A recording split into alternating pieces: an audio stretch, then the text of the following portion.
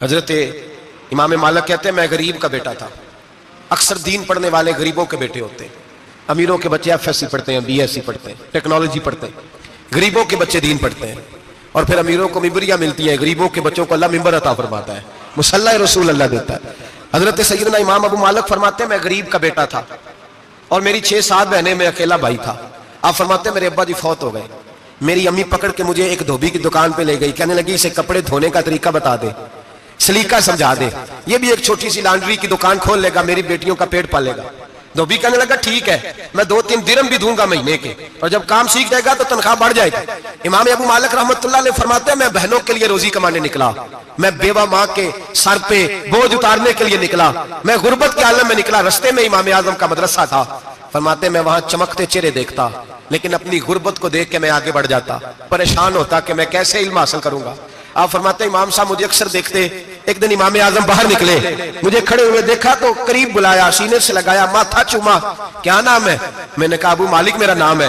کہا تمہیں پڑھنے کا شوق ہے؟ کہا بڑا شوق ہے۔ کہنے لگے چل آ جا پڑھا کر، آ جا مدرسے میں پڑھا کر۔ کہتے میں سارا دن وہاں پڑھتا، گھر سے کام کرنے آتا، سارا دن امام اعظم کے پاس پڑھتا رہتا۔ مہینہ آیا تو میری اماں کہنے لگی تنخواہ لاؤ۔ میں نے کہا امی جی تنخواہ تو وہ دے گا جو ڈیوٹی پہ جاتا ہو، میں تو پڑھنے جاتا ہوں۔ کہتے اماں گھر سے نکلی اور بڑے غصے کے ساتھ نکلی، کہنے لگی مولوی نے میرا بچہ خراب کر دیا، میرا بچہ خراب کر دیا، میں کام پہ بھیجتی تھی، اس نے کس چکر میں ڈال دیا، مسلوں سے بھی کبھی پیٹ بھرا ہے، کام بھی تو کرنے چاہیے نا۔ کہتے امام اعظم کے سامنے کھڑی ہوئی، امام صاحب بڑے امیر کبیر آدمی، اربوں خربوں پتی تھی، اور پھر اتنے بڑے عالم فقیر، سارا بغداد، سارا کوفہ، سارا مصر سلوٹ کرتا ہے۔ بی بی آئی اور تیز جملے، عورتوں کا طریقہ ہوتا ہے، کہنے لگی مولوی تیری سفید داڑھی، تیرا اتنا نام، تجھے خیال ہی نہیں آیا میں بیوہ عورت ہوں، تو نے میرا بچہ خراب کر ڈالا، میری یتیم بچیاں روٹی کہاں سے کھائیں گی، مسلوں سے بھی کبھی پیٹ بھرا ہے۔ کہتی اتنے سخت جملے کہے پر قربان جاؤ امام اعظم سنتے رہے اور مسکراتے رہے، کہنے لگے میری غلطی ہے، میری غلطی ہے، میری غلطی ہے، بی بی بھول گیا تھا، غلطی ہو گئی۔ بی بی کہتے امام صاحب سنتے رہے، جب غصہ اتر گیا تو کہنے لگے اماں تیرا غصہ اتر گیا ہے؟ اتر گیا ہے۔ کہنے لگے تیرا بیٹا بڑا نیک ہے، تیرا بیٹا بڑا لائق ہے، تو اسے پڑھنے دے۔ کہنے لگے چپ کر دے مولوی، یہ پڑھے گا تو میں روٹی کہاں سے کھاؤں گی؟ امام صاحب کہنے لگے مجھے بتائے گی تیرے گھر کا خرچہ کتنا ہے؟ اس نے ایک لفظ پہ 3 دینار کا، ایک روایت ایسی بھی لکھی ہے بزرگوں نے، کہنے لگی 40 درہم ہے، اور اماں کہتی میں نے جان بوجھ کے زیادہ بتائے، حالانکہ میں کناب کا خرچہ کرتی تھی، لیکن جب کھلا ڈلا کرے تو وہ والا خرچہ بتایا۔ میں نے کہا 40 درہم خرچہ ہے، تو دے گا؟ تو کہتے امام اعظم کہنے لگے اماں تجھے لینے نہیں آنا پڑے گا، پہلی سے پہلے تیرے گھر میں پہنچ جایا کریں گے، یکم سے پہلے آئیں گے۔ او بھائیو کہاں استاد ملتے ہیں، کہاں استاد ملتے ہیں، کہاں وہ لوگ ملتے ہیں جو دعائیں مانگتے، التجائے کرتے، پیار کرتے۔ گزر گیا وہ دور، اب تو سوٹ لینے کا دور ہے، مٹھائیاں لینے کا دور ہے، ہاتھ ڈلوانے کا دور آیا ہے۔ اب کون پوچھتا ہے؟ اب تو پوچھتے ہیں تو میرے لیے کیا لایا ہے؟ حضرت سیدنا امام اعظم ابو حنیفہ رحمۃ اللہ علیہ 1 دن نہیں، 2 دن نہیں، 4 دن نہیں، 5 مہینے نہیں، 20 سال تک، کہنا آسان، بولنا آسان، سننا آسان، 20 سال تک امام ابو مالک کے گھر میں خرچہ دیتے رہے، وہ پڑھتے رہے۔ اماں کہنے لگی تو میرے بیٹے کو لگا تو لیا ہے تو پڑھ کے بنے گا کیا؟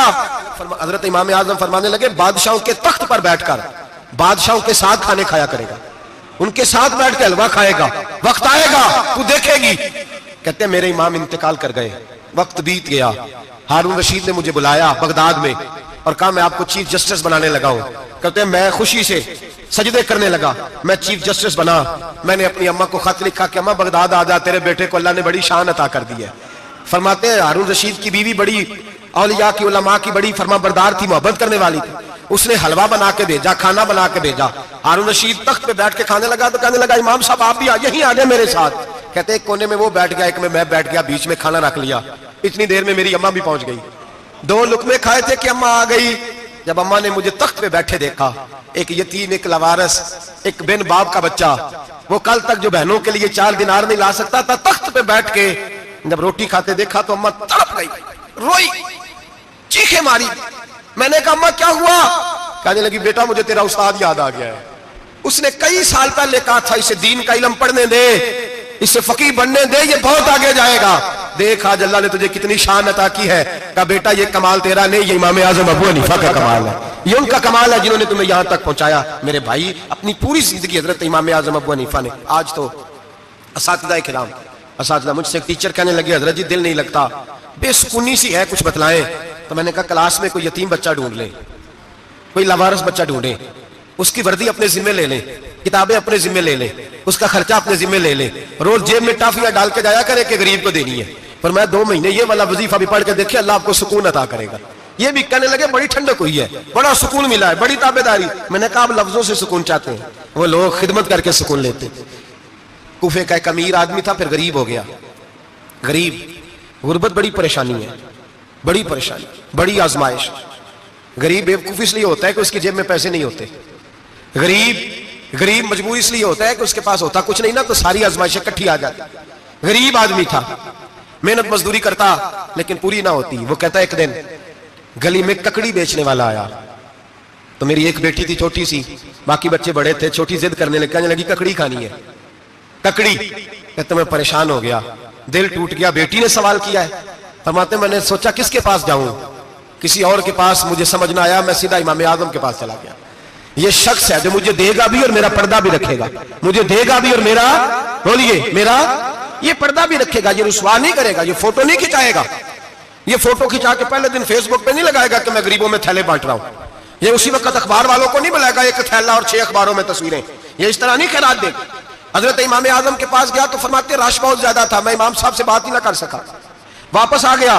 امام صاحب نے بندہ بھیجا، فرمایا پتہ کریے بندہ کسی ضرورت کے لیے آیا تھا، رش کی وجہ سے بات نہیں کر پایا۔ کہتے واپس میرے پیچھے بندہ بھیجا، وہ میرے گھر تک آیا، گھر آ کے اس کو حالات کا پتہ چل گیا، واپس گیا۔ کہتے ہیں 3 تھیلیاں اشرفیوں کی بھر کے امام اعظم لائے اور خود آئے اور رات کے اندھیرے میں آئے اور مجھے تھیلیاں دے کے نا تو میرے آگے ہاتھ باندھ دیے۔ میں نے کہا حضور ہاتھ کیوں باندھتے ہیں؟ آپ فرمانے لگے یار دکھ اس بات کا ہے کہ تو میرا پڑوسی تھا اور تیری غربت کا مجھے پتہ ہی نہیں چلا، تو میرے علاقے کا تھا اور میں نے سوچا ہی نہیں، میرا اپنا تھا مجھے خیال ہی نہیں آیا۔ فرمایا معاف کر دے، میری شکایت نہ کرنا کہ یہ میری طرف توجہ نہیں کرتا تھا۔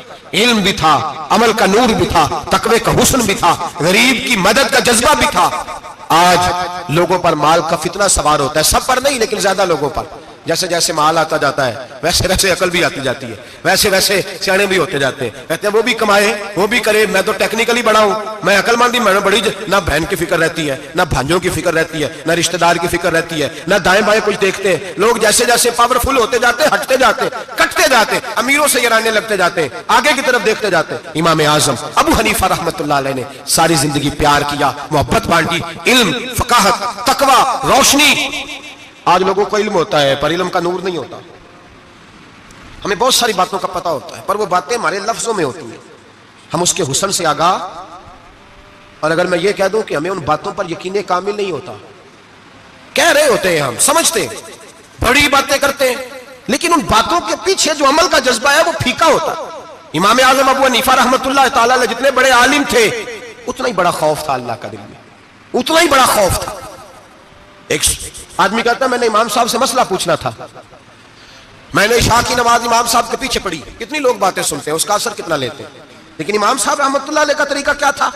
کہتے ہیں میں نے امام صاحب کے ساتھ نماز پڑھی مسجد میں تو قاری صاحب نے قرآن پڑھا، اذا زلزلت الارض زلزالها واخرجت الارض اثقالها، فرماتے ہیں آخری 2 آیتیں پڑھی، فمن يعمل مثقال ذرة خيرا يره ومن يعمل مثقال ذرة شرا يره۔ اللہ فرماتے ہیں میں قیامت کے دن تیرے ذرے ذرے کا حساب کروں گا، ذرہ برابر نیکی ہوئی تو تیرے سامنے آئی، ذرہ برابر گناہ ہوا تو تیرے کس کے برابر؟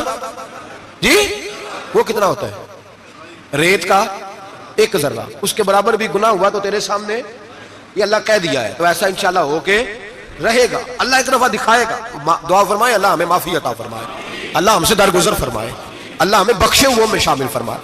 یہ آیت امام صاحب نے سنی تو کہتے ہیں میں نمازی سارے چلے گئے تو امام صاحب بیٹھے اور یوں نہ اپنی داڑھی پکڑ لی، چراغ ٹمٹما رہا، کہتے ہیں داڑھی پکڑ لی اور امام صاحب بیٹھے۔ میں نے کہا کہ کسی محویت کے عالم میں ہے، سوچ میں، چلے میں تھوڑی دیر میں آتا ہوں۔ کہتے ہیں میں 2 گھنٹے کے بعد آیا تو امام صاحب ایسے بیٹھے داڑھی پکڑی ہوئی، میں نے کہا ٹھہر کے آتا ہوں۔ میں پھر 1-1.5 گھنٹے کے بعد گیا تو ویسے بیٹھے۔